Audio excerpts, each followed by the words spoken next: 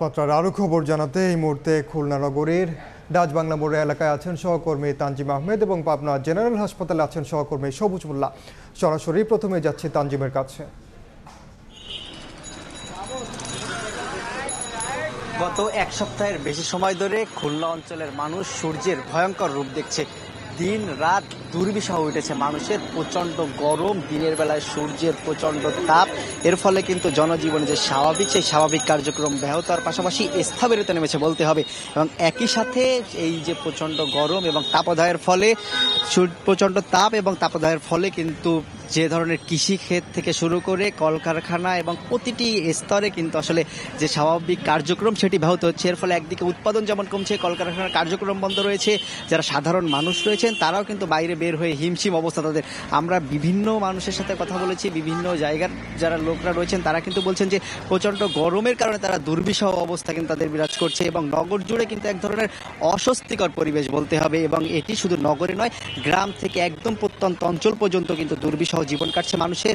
এবং এই যে তীব্র গরম, এই গরমকে কিন্তু যারা জীবিকার প্রয়োজনে বাইরে বের হচ্ছে তাদের কিন্তু সীমাহীন দুর্ভোগে পড়তে হচ্ছে এবং এই দুর্ভোগকে সঙ্গে করে কিন্তু তাদের স্বাভাবিক যে কার্যক্রম সেটি করার চেষ্টা করছেন। আমরা এর বাইরে শুধু যে কলকারখানার ক্ষয়ক্ষতি এটি নেই, এর পাশাপাশি কিন্তু যে অসুস্থ রোগের সংখ্যা সেটি কিন্তু অনেক বেড়েছে। অর্থাৎ বলতে হবে আমরা খুলনা অঞ্চলের বিভিন্ন হাসপাতালগুলোতে, শিশু হাসপাতাল থেকে শুরু করে সাধারণ যে হাসপাতাল রয়েছে, সরকারি বেসরকারি সবখানে খোঁজ দিয়েছি, প্রতিটি জায়গাতে কিন্তু স্বাভাবিক যে রোগী, এই রোগীর সংখ্যা বেড়েছে এবং ধারণ ক্ষমতার চেয়ে কয়েক গুণ বেশি রোগী কিন্তু হাসপাতালগুলোতে ভর্তি হচ্ছেন। বিশেষ করে শিশুরা কিন্তু নিউমোনিয়া সহ বিভিন্ন ডায়রিয়া, আমাশয় সহ নানান রোগে আক্রান্ত হচ্ছেন। এবং এর বাইরে খুলনা অঞ্চলের যে বাসিন্দারা রয়েছেন তারা কিন্তু তীব্র গরমের হাত থেকে বাঁচতে সকাল থেকে আসলে দেখেছি যে রাস্তার পাশে যে ফলের জুসের দোকানগুলো রয়েছে সেগুলোর কদর বেড়েছে। অস্বাস্থ্যকর পরিবেশে হলেও মানুষজন আসলে তৃষ্ণা মেটানোর জন্য এবং সূর্যের যে প্রখর তীব্রতা তার থেকে বাঁচার জন্য এই অস্বাস্থ্যকর পরিবেশের যে পানীয়গুলো রয়েছে সেগুলো কিন্তু গ্রহণ করছেন। একই সাথে কিন্তু যারা স্বাভাবিক কাজে বের হতে চাচ্ছেন, বিশেষ করে দিনের বেলায় 10টা থেকে বিকাল 3টা-4টা পর্যন্ত কিন্তু সাধারণ মানুষদের বের হতে হলে ছাতা মাথায় দিয়ে অথবা কাপড় দিয়ে মাথা ঢেকে যে যেভাবে পারছেন নিজেকে যতটুকু সম্ভব সূর্যের আলো থেকে রক্ষা করে বের হওয়ার চেষ্টা করছেন।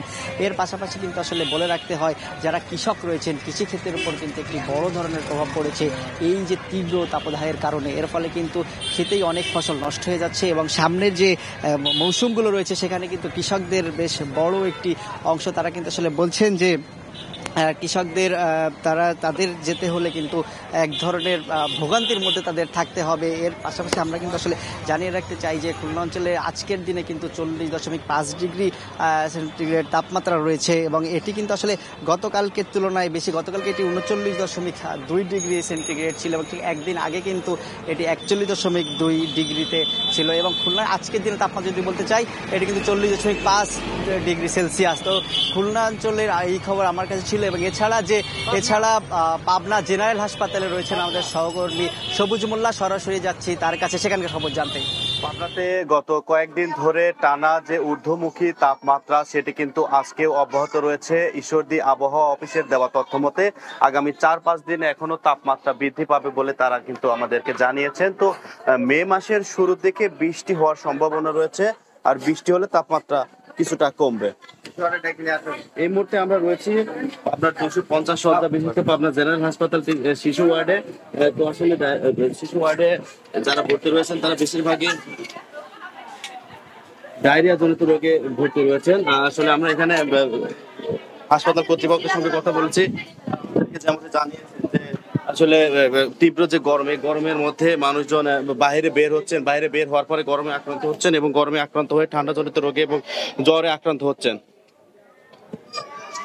আসলে হাসপাতালগুলোতে এমনিতে স্বাভাবিকভাবে একটু গরম বেশি থাকে, তারপরেও যে আসলে তীব্র গরম, এই গরমের মধ্যে স্বাভাবিকভাবে চলাচল কিছুটা বিঘ্ন ঘটছে।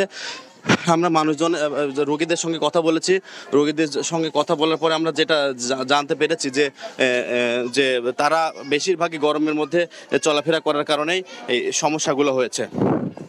আপনার জেনারেল হাসপাতালে আবাসিক মেডিকেল অফিসার জাহিদুল ইসলাম, তার সঙ্গে কথা বলছি, তিনি আমাদেরকে জানিয়েছেন যে এই গরমের মধ্যে রোদ্রে বেশি থাকা যাবে না, আর প্রয়োজন ছাড়া ঘর থেকে বাইরে বের না হওয়ার বিষয়ে কিন্তু তারা আমাদেরকে বিশেষভাবে সতর্কতা অবলম্বন করতে বলেছেন। এছাড়া ঘর থেকে বাইরে বের হলে ছাতা মাথায় নিতে বলেছেন। এছাড়া পানির বোতল নিয়ে যেতে বলেছেন। এছাড়া খাবার খেতে হবে, তরল খাবার খাওয়ার কথা বেশি বলেছেন, বেশি বেশি পানি খেতে হবে।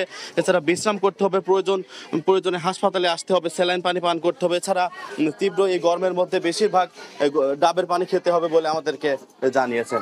এই ছিল আমার কাছে সর্বশেষ তথ্য। সরাসরি যুক্ত ছিলাম খুলনা ও পাবনায়।